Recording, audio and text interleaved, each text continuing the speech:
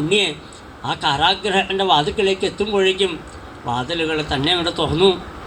പുറത്തേക്ക് അങ്ങോട്ട് കടക്കുമ്പോഴേക്കും നല്ല ഇടിവെട്ടും മിന്നലും മഴയും. എല്ലാവരും കൃഷ്ണാവതാരോത്സവ സംഭ്രമസ്പൃശൻ. എല്ലാവരും കൃഷ്ണാവതാരത്തിന് വേണ്ടി അങ്ങനെ കാത്തു നിൽക്കുക. എല്ലാവർക്കും കണ്ണനെ കാണാൻ വേണ്ടിയിട്ട് നിൽക്കണു. മഴയൊക്കെ പെയ്യണ്ടാവുമായിരിക്കും, അവരൊക്കെ നാമം ജപിക്കണ്ടാവും. ഇടിവെട്ടും മിന്നലും എല്ലാം ഗുരുവായൂരപ്പനെ സ്തുതിക്കണ്ടാവും. അതൊക്കെ കേട്ടുകൊണ്ടായിരിക്കും ആ സ്തുതിപ്രിയനായിരിക്കുന്ന ഭഗവാൻ അച്ഛൻ്റെ മാവിടത്തിൽ അങ്ങനെ അള്ളി പിടിച്ചിരുന്നു. അപ്പോഴാണ് അനന്തനായിരിക്കുന്ന ഭഗവാൻ തന്നെ അവിടത്തേക്ക് കൊടയായിട്ട് അങ്ങോട്ട് മാറി ആയിരക്കണക്കിന് ഭണങ്ങളങ്ങനെ വിടർത്തിക്കൊണ്ട് വസുദേവരുടെ തലയ്ക്ക് മുകളിൽ ആ ശിരസിലുള്ള രത്നത്തിൻ്റെ പ്രകാശം കൊണ്ട് വെളിച്ചം കണ്ടുകൊണ്ട് ഭഗവാനെ അങ്ങോട്ട് എഴുന്നള്ളിച്ച് കൊണ്ടുപോകുമ്പോൾ വസുദേവർ അറിഞ്ഞില്ല താൻ എന്തുകൊണ്ടാണ് മഴ നനയാത്തത്, എന്തുകൊണ്ടാണ് മുമ്പിലേക്ക് വെളിച്ചം കാണുന്നത്. തൻ്റെ പിന്നിൽ നിൽക്കുന്ന സാധനം എന്താ?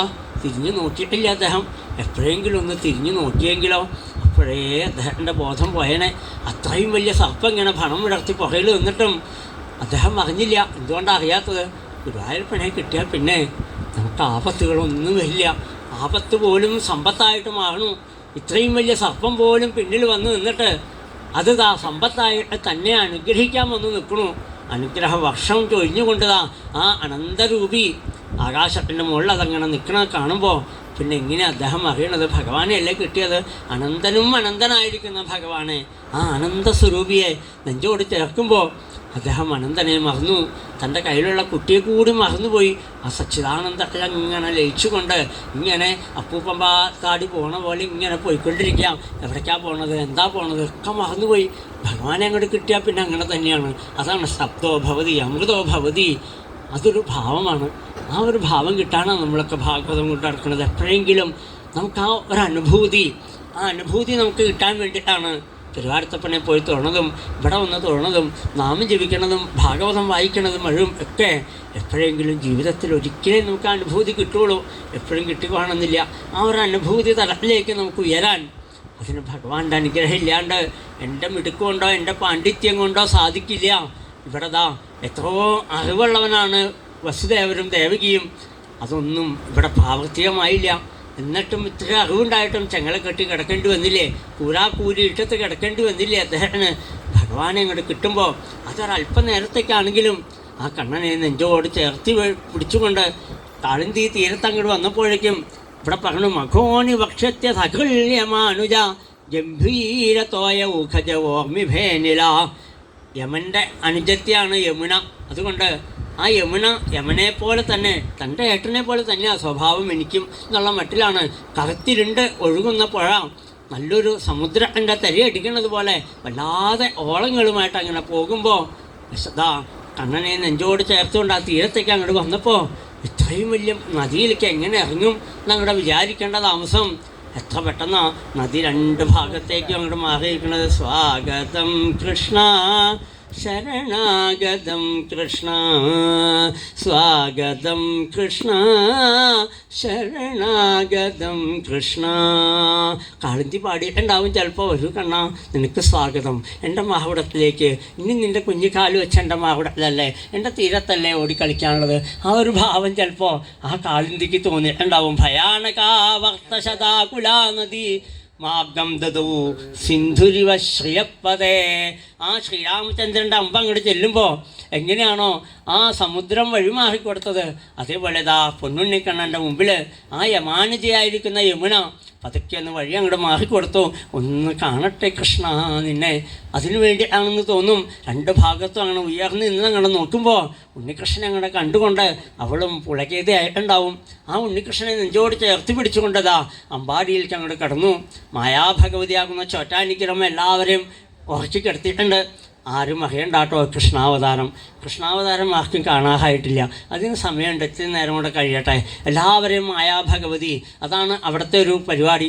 എല്ലാവരെയും എല്ലാവരെയും ഉറക്കി കിടത്തിക്കൊണ്ട് പതുക്കെ അങ്ങോട്ട് ചെന്നു. യശോദാമ്മ പ്രസവിച്ചിട്ടേ ഉള്ളൂ.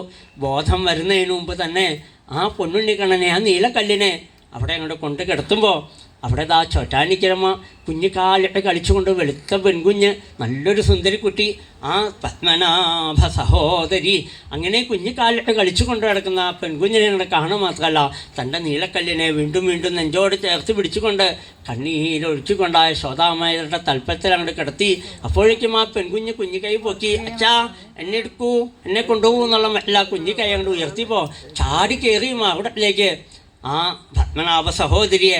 ഏട്ടൻ വന്നാൽ പിന്നെ എൻ്റെ ആവശ്യമില്ല, ഞാൻ ഏട്ടനില്ലാത്തയിടത്താ എൻ്റെ കളി മുഴുവനും. ഞാൻ മായയല്ലേ, മഹാമായയല്ലേ, വിശ്വഭ്രമണകാരിണി, എല്ലാവരെയായിട്ടും ഇങ്ങനെ വട്ടം കറക്കുന്ന മായയാണ്, മഹാമായയാണ് ഞാൻ.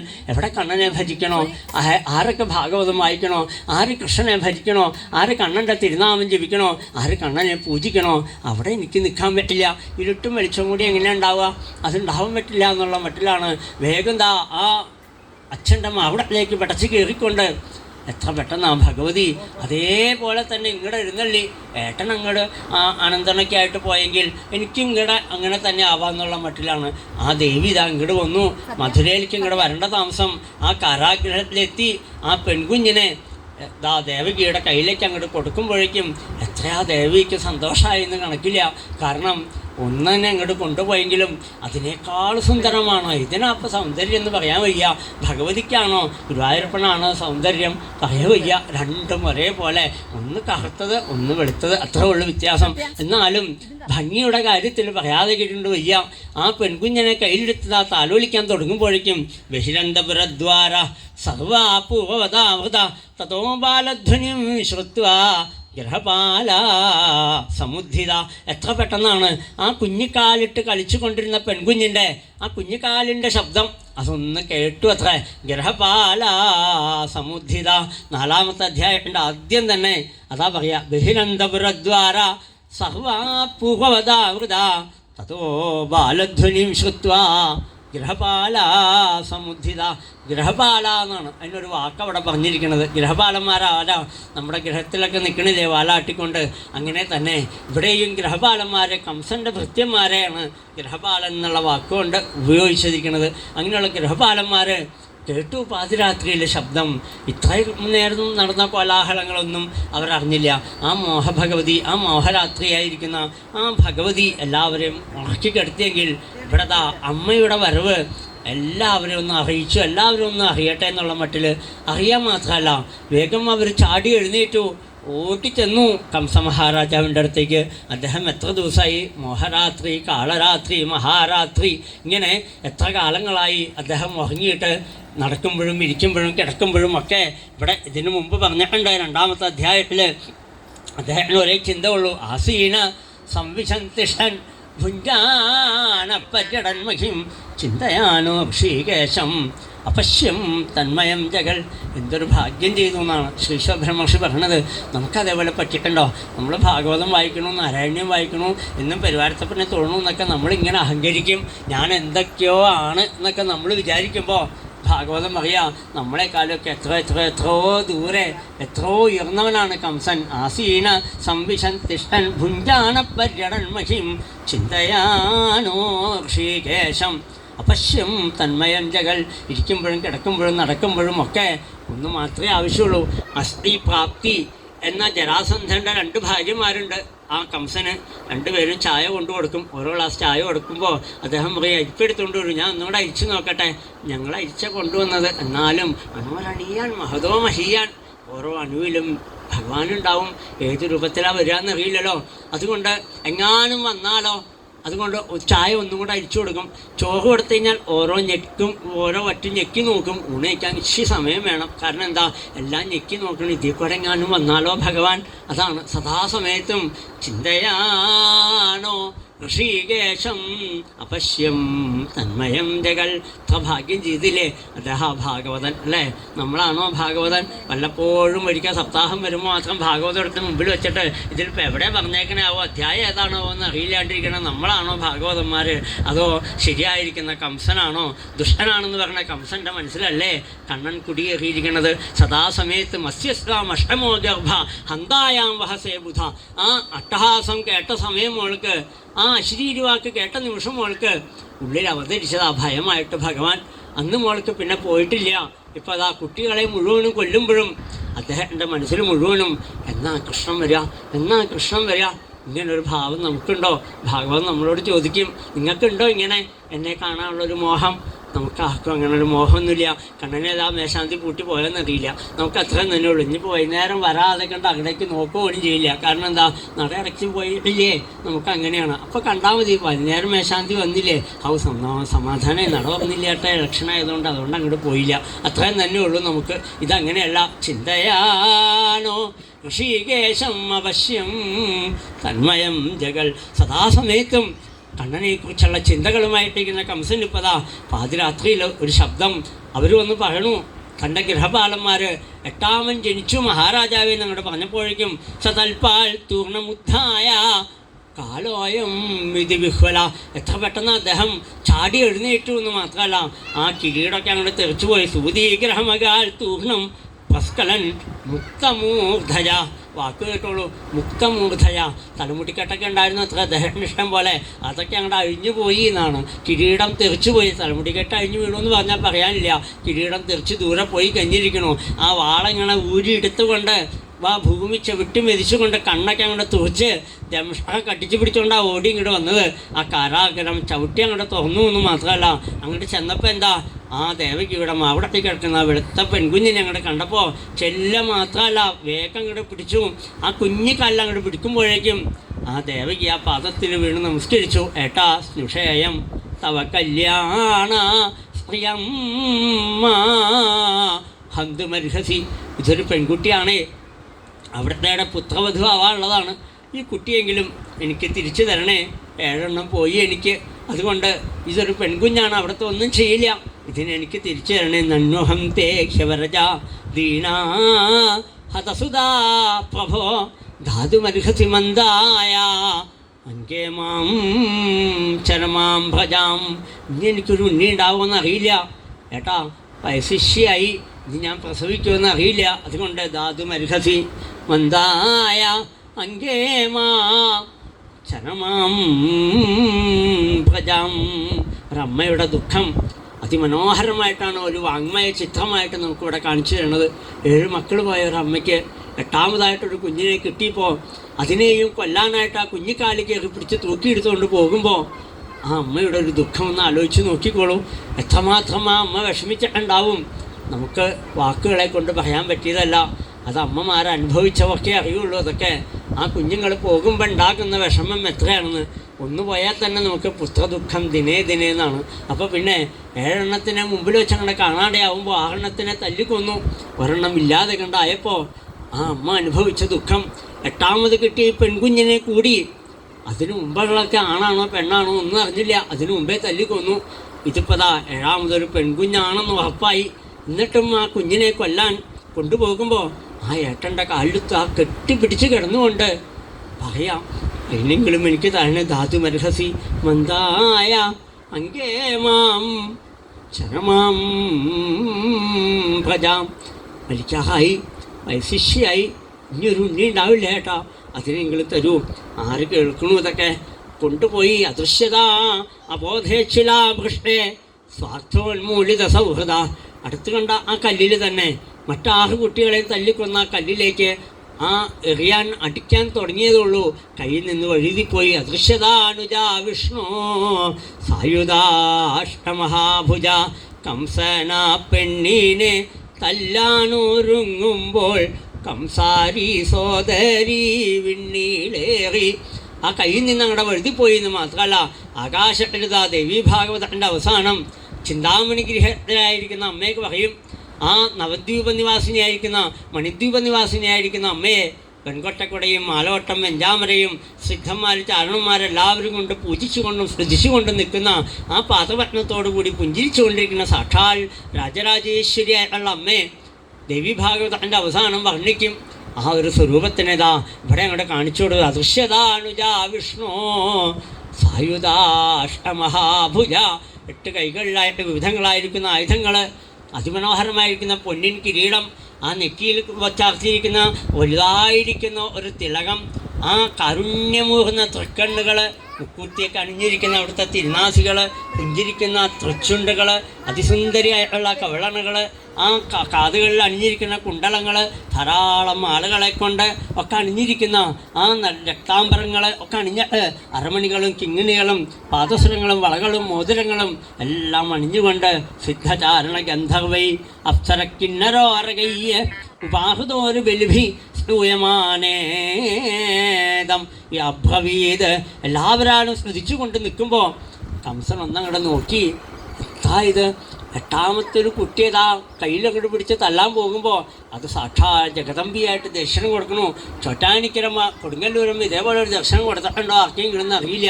കംസന് കൊടുത്ത പോലെ ഒരു ദർശനം വേറെ ആർക്കും കൊടുത്തിട്ടുണ്ടാവില്ല. അതേപോലെ അങ്ങോട്ട് ദർശനം കൊടുത്തു അത്രേ. മഹിഷാസുരനും ശുംഭനിശുംഭന്മാർക്കും ചണ്ടമുണ്ടന്മാർക്കും ഒക്കെ ദർശനം കൊടുക്കുമ്പോൾ ഇങ്ങനെ 8 കൈകളൊന്നും ഇല്ല അത്രേ.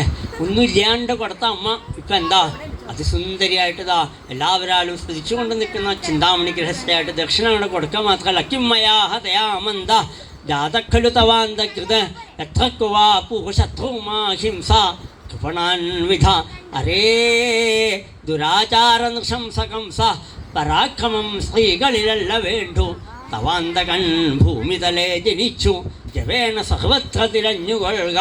ഇടിമുഴക്കം പോലെയുള്ള അമ്മയുടെ ശബ്ദങ്ങൾ കേട്ടോടുകൂടി ആ കംസമഹാരാജാവിന് എന്തെന്നില്ലാത്ത ഭയം ഒന്നുകൂടി ഭയം ഉണ്ടാക്കി കൊടുത്തു. പത്മനാഭ സഹോദരി അമ്മത ആകാശത്തിലേക്ക് പോയി മറയുകയും ചെയ്തു. അതോടുകൂടി ഇപ്പം എന്തായി, ഭയം കുറച്ചും കൂടെ അങ്ങോട്ട് കൂടി. ഇപ്പോഴാണ് അദ്ദേഹം ചിന്തിക്കാൻ തുടങ്ങി, ദൈവം അപ്പി അമൃതം വക്തി, ദേവന്മാരൊക്കെ നുണ പറഞ്ഞു തുടങ്ങിയല്ലേ. 8 എണ്ണത്തിന് പോയത് അറിയാം. 8ാമത് ആ പെൺകുഞ്ഞു എന്നിട്ട് പറഞ്ഞു 8ാമൻ ജനിച്ചു കഴിഞ്ഞു എന്ന്. ഇങ്ങനെ നുണ പറയുമോ ദേവന്മാർ? ദൈവമപ്പി അമൃതം വക്തി എന്നാണ് അദ്ദേഹത്തിൻ്റെ വാക്ക്. ഇങ്ങനെ നുണ പറയുക ദേവന്മാർ ഓരോരുത്തരും. അതങ്ങനെ ചിന്തിക്കാൻ തുടങ്ങിയെന്ന് മാത്രമല്ല, വേഗം ചെന്നു ആ സഹോദരിയുടെ ദേവകിയുടെ കാൽക്കൾ വീണ് അങ്ങോട്ട് നമസ്കരിച്ചു എന്ന് മാത്രമല്ല, ക്ഷമത്വം മമ ദൗരാത്മ്യം സാധവോ ദീനവത്സല ഇത്യുക്വാശമുഖപാദോ ശ്യാല സ്വസ്വരഥാഗൃഹീത്. ആ ദേവികയുടെ പാദത്തെ പിടിച്ചതാ കണ്ണീരൊഴുക്കിക്കൊണ്ട് അദ്ദേഹം പറഞ്ഞു, ക്ഷമിക്കണേ കേട്ടോ, എൻ്റെ ആ സ്വാർത്ഥത കൊണ്ട് ചെയ്തു പോയതാണ്, ക്ഷമിക്കണേ എന്നൊക്കെ പറഞ്ഞെങ്കിലും അതുകൊണ്ട് ഇപ്പം എന്തേ ഒരു പ്രയോജനം? 7 മക്കളില്ലാതെ കണ്ട ആഹരണത്തിന് മുമ്പിൽ വെച്ച് തല്ലി കൊന്നിട്ട് ഇപ്പം ക്ഷമിക്കണേ എന്ന് പറഞ്ഞു വന്നിട്ട് എന്തേ കാര്യം? ആ അമ്മയ്ക്ക് എങ്ങനെയാണ് ക്ഷമിക്കാൻ സാധിക്കുക? മോചയ ആമാസം നികടാത്. വേഗം ആ ചങ്ങളക്കെട്ടിൽ നിന്ന് മോചിപ്പിച്ചെങ്കിലും നിങ്ങൾ ഇതിൻ്റെ ഉള്ളിൽ തന്നെ കിടന്നോളൂ, പുറത്തേക്ക് ഇപ്പം ഇറങ്ങണ്ട. കാരണം ഇനി ഉണ്ടായാലോ വല്ലതും അറിയില്ലല്ലോ, എങ്ങനെയപ്പം ഉണ്ടാവണമെന്ന് അറിയില്ല. അതുകൊണ്ട് മായാവിയല്ലേ ഭഗവാൻ. അതുകൊണ്ട് ചങ്ങളക്കെട്ടിൽ നിന്ന് മോചിപ്പിച്ചെങ്കിലും ആ കാരാഗ്രഹത്തിൽ തന്നെ ഇട്ടുകൊണ്ട് അദ്ദേഹം പിന്നെതാ പളംബ ഭഗചാണൂര തൃണാവർത്ത മഹാശനൈഹി മുഷ്ടികാരുഷ്ടദൂതപൂതന കേശിധേനുകൈ. കുറേ പേരുണ്ട് ശമ്പളം വാങ്ങിച്ച് ശാപ്പാടും കഴിച്ച് കൂടിയിരിക്കണു. അവരോടൊക്കെ പറഞ്ഞു, 8ാമൻ അവതരിച്ചിട്ടുണ്ട്, കൃഷ്ണൻ അവതരിച്ചിരിക്കണു. ആ കൃഷ്ണനെ അന്വേഷിക്കൂ. എല്ലാവർക്കും സത്യാന്വേഷണം. പരം സത്യം ധീമഹി, സത്യം പരം ധീമഹി. അതിനെ അന്വേഷിക്കാനായിട്ട് എല്ലാവർക്കും നമുക്കാരെങ്കിലും ഇങ്ങനൊരു ഭാഗ്യം തന്നുകൊണ്ടാണ് ഭാഗവതം ചോദിക്കുക. കംസനെ ദുഷ്ടനായിട്ട് പറയുമ്പോൾ ആ കംസൻ തൻ്റെ കൂടെ നിൽക്കുന്നവരെ മുഴുവനും പറഞ്ഞു വിടുക. കൃഷ്ണാന്വേഷണം അവരുടെ ഡ്യൂട്ടി അതാണ്. അവർക്ക് കൊടുത്ത ഏറ്റവും നല്ല ജോലി അതാണ്. ജീവിതത്തിൽ നേടേണ്ടത് അത് തന്നെയാണ്. ആ കൃഷ്ണനെ കണ്ടുപിടിക്കണം. നമ്മളെ നമ്മളായി നിർത്തുന്ന ആ പൊന്നുണ്ണിക്കണ്ണനെ കാണാൻ വേണ്ടി, ആ സർവേശ്വരനെ കാണാൻ, അതിനു വേണ്ടിയിട്ടാണ് ഓരോരുത്തർക്കും നിയോഗം. അപ്പോൾ കംസനല്ലേ ഏറ്റവും നല്ല ഭാഗവതൻ. ദേവി ഭാഗവതത്തിൽ കാണാം ഇതുപോലെ മഹിഷാസുരൻ പറഞ്ഞു വിടും ഓരോരുത്തരെയും, ചെല്ലും അവിടെ ഇന്ന് ആ പാട്ട് പറഞ്ഞ പെണ്ണ് ഏതാണെന്ന് ചോദിച്ചിട്ട് വരൂ, അവളോട് എൻ്റെ മഹിമകളൊക്കെ പറയൂ, അവളെ നല്ല സാമഭേദങ്ങളെ കൊണ്ട് അവളെ ഇങ്ങോട്ട് കൂട്ടിക്കൊണ്ടുവരൂ, അവളുടെ പട്ടമഹിഷിയാക്കാം, അവളുടെ കാലിൻ്റെ ചോട്ടിൽ ഞാൻ കിടന്നോളാം. എന്തെല്ലാം വാക്കുകളാണ് ദേവി ഭാഗവതം വായിക്കുമ്പോൾ നമ്മൾ കാണുന്നത്. എല്ലാവർക്കും പോയവരെല്ലാം ആ ഭഗവതിയുടെ അതിമനോഹരമായിരിക്കുന്ന രൂപത്തിനെ ആ മഹിഷാസുരനും ശുംഭനിശുംഭന്മാർക്കും ഒക്കെ അങ്ങോട്ട് വർണ്ണിച്ചു കൊടുക്കുമ്പോൾ അവരുടെ ഉള്ളിലുണ്ടാകുന്ന ഒരു മോഹം, ഒന്ന് കാണാൻ, ഒന്ന് കിട്ടാൻ, ഒന്ന് തലോടാൻ, എന്തെല്ലാം മോഹങ്ങളാണ് അവർക്ക് ഉണ്ടാവുന്നതല്ലേ. അപ്പോൾ ഈശ്വരനെ കിട്ടാനുള്ള മോഹം അവസാനം കണ്ടവരൊന്നും തിരിച്ചു വന്ന് പറയാണ്ടേയായി. ആദ്യം വന്ന് കണ്ടവരൊക്കെ വന്ന് പറഞ്ഞു, ആ ദേവി ഇതാ ഇങ്ങനെ നിൽക്കണു, മദ്യം കഴിക്കുന്നുണ്ട്, ഇടയ്ക്കിടയ്ക്ക് മധു കഴിച്ചുകൊണ്ട് അട്ടഹസിക്കുന്നുണ്ട് എന്നൊക്കെ പറയുമ്പോൾ ചിലവർക്ക് അങ്ങനെയല്ല തോന്നുന്നത്. മറ്റൊരാളോട് കൂടി നിൽക്കുന്ന, സഖിയോട് കൂടി നിൽക്കുന്ന ദേവിയെ കാണണു, കാളിയോട് കൂടി നിൽക്കുന്ന ദേവിയെ കാണണു. ഇങ്ങനെ പലരും പല രൂപത്തിൽ കണ്ടുവിടെ വർണ്ണിക്കണു. പിന്നീട് പറയാൻ ആരും ഉണ്ടാവണില്ല. പോയവർ അമ്മയുടെ പദാരവിന്ദത്തിൽ ആ നിത്യാനന്ദം അനുഭവിച്ച് ചോറ്റാനിക്കരമ്മയോട് ചേരുന്ന കാഴ്ചയാണ് നമുക്ക് കാണുക ദേവി ഭാഗവതത്തിൽ. അത് തന്നെ ഭാഗവതത്തിലും പ്രലംബക ചാണൂര ധനാവർത്ത മഹാശനീഹി മുഷ്ടികാരിഷ്ടദിവത പൂതന കേശിധേനുകൈ. എല്ലാവർക്കും ഓരോരോ ഡ്യൂട്ടികൾ കൊടുത്തു. എല്ലാവരും അതിനനുസരിച്ച് അങ്ങനെ പോയിക്കൊണ്ടിരിക്കുമ്പോഴേക്കും ഇവിടെ നന്ദഗോപരുടെ ഗൃഹത്തിൽ അമ്പാടിയിൽ യശോദാമ്മയ്ക്കൊരു ഉണ്ണിയുണ്ടായി. നേരം വെളിച്ചായപ്പോഴേക്കും എല്ലാവരും അറിഞ്ഞു. 5-ാമത്തെ അധ്യായം ആദ്യം തന്നെ പറഞ്ഞു, നന്ദസ്തു ആത്മജ ഉൽപ്പന്നേ ജാതാഹ്ലാദോ മഹാമനാ ആഹൂയ വിഭ്രാൻ വേദജ്ഞാൻ സ്നാതശുചിരലങ്കൃത. എല്ലാവരും എത്ര പെട്ടെന്ന് നേരം വെളിച്ചായപ്പോഴേക്കും അറിഞ്ഞത്. എത്ര ദിവസമായി എല്ലാ വ്രജം മുഴുവനും എല്ലാ ഗ്രഹങ്ങളും അടിച്ചു വാരി തളിച്ച് ചാണകം മെഴുകി നല്ല കോലങ്ങൾ വരച്ച് ദീപാലങ്കാരങ്ങളെ കൊണ്ടും കുരുത്തോലകളെ കൊണ്ടും മാലകളെ കൊണ്ടും ഒക്കെ ഗ്രഹങ്ങളെ അലങ്കരിച്ചിട്ടുണ്ട്. പൈക്കളെയും പൈക്കുട്ടികളെയൊക്കെ കുളിപ്പിച്ച് ചന്ദനം കുറിയിടിച്ച് നല്ല മാലയിട്ട് അവരെയൊക്കെയാണ് നടത്തുന്നുണ്ട്. മയിലുകൾ ആടുന്നുണ്ട്, തത്തകൾ സംസാരിക്കാൻ തുടങ്ങിയിരിക്കുന്നു, കുയിലുകളും പാടുണ്ട്. നോക്കിയാൽ ആ വ്രജം മുഴുവനും ആനന്ദമാനന്ദം ആനന്ദമാനന്ദം ആനന്ദ സുന്ദരമെന്നേ വേണ്ടു. ഗോപികമാരും ഗോപന്മാരും ഗോപക്കുട്ടികളും എല്ലാം വളരെ പ്രഭാതത്തിൽ സ്നാനാദികൾ കഴിഞ്ഞ് അവരെല്ലാം സ്വയം അലങ്കരിച്ചുകൊണ്ട് ആ സുന്ദരപുരുഷനെ സ്വീകരിക്കാൻ വേണ്ടി സുന്ദരന്മാരും സുന്ദരിമാരുമായിട്ട് നിൽക്കുന്ന കാഴ്ച ഭാഗവതം പറയണു. എല്ലാവരും അങ്ങനെ കൃഷ്ണാവതാരത്തിന് വേണ്ടി അങ്ങനെ കാത്തിരിക്കുമ്പോഴാണ് നന്ദസ്തുവാത്മജ ഉൽപ്പന്നേ ജാതാഹ്ലാദോ മഹാമന ആഹൂയ വിഭ്രാൻ വേദജ്ഞാൻ സ്നാതശുചിരലങ്കൃത. ബ്രാഹ്മണരാണ് ആദ്യം ഇവരറിഞ്ഞത്. വേദം പഠിച്ചതായിരിക്കുന്ന ബ്രാഹ്മണർ കൂട്ടമായിട്ട് വന്നതാ.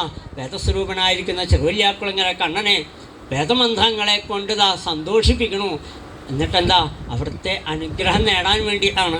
എല്ലാവരും വേദജ്ഞാൻ സ്നാത ശുചിരലങ്കൃത വാചയിത്വാ സ്വസ്തേനം ജാതകർമാത്മജസ്യ വയ്യ കാരയാമാസ വിധിവൽ പിതൃദേവാർച്ചനം തഥാ. ആ ബ്രാഹ്മണരെല്ലാം വേണ്ട മാതിരിയുള്ള ജാതകർമ്മങ്ങൾ എല്ലാം ചെയ്തു. എല്ലാം കൂടെ കഴിഞ്ഞപ്പോഴേക്കും നന്ദഗോപർക്കുണ്ടായ സന്തോഷത്തിന് കണക്കില്ല. അവർക്കെല്ലാം കൈ നിറച്ച് സമ്മാനങ്ങൾ ദക്ഷിണ